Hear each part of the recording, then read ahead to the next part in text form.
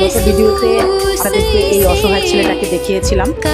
তো ও আসলে ছোটবেলা বাত জ্বরের কারণে ও এই যে পায়ের দেখেন কি অবস্থা, এই অবস্থা। তো ওকে আমি কথা দিয়েছিলাম যে ওর এই অসহায় অবস্থায় আমি ওর পাশে থাকবো। তো আমি শেষ পর্যন্ত চেষ্টা করেছি ওর পাশে থাকার জন্য। ওর একটা অপারেশন হওয়ার কথা ছিল, কিন্তু আমাদের ডাক্তাররা আপাতত সিদ্ধান্ত দিয়েছেন আপাতত ওর অপারেশন লাগবে না, ওকে প্লাস্টার করা হয়েছে। দেখেন ও প্লাস্টার করে দিয়েছে।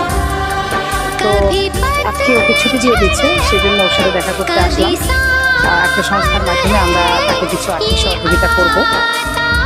কেমন আছে? আলহামদুলিল্লাহ ভালো আছি, আগের থেকে ভালো আছি। ওর জন্য দোয়া করবো। আমার জন্য সবসময় দোয়া করে, আপনি আমাদের অনেক কিছু করছে। এখানে আসছি বলে শুরু থেকে আমার পাশে ছিল, দোয়া করে আল্লাহ আপনার খায় দান করে সবসময় আমার মতো অসহায় মানুষের পাশে দাঁড়াতে হয়। কিছু সহযোগিতা করলাম, এরপরে তোমার যা লাগবে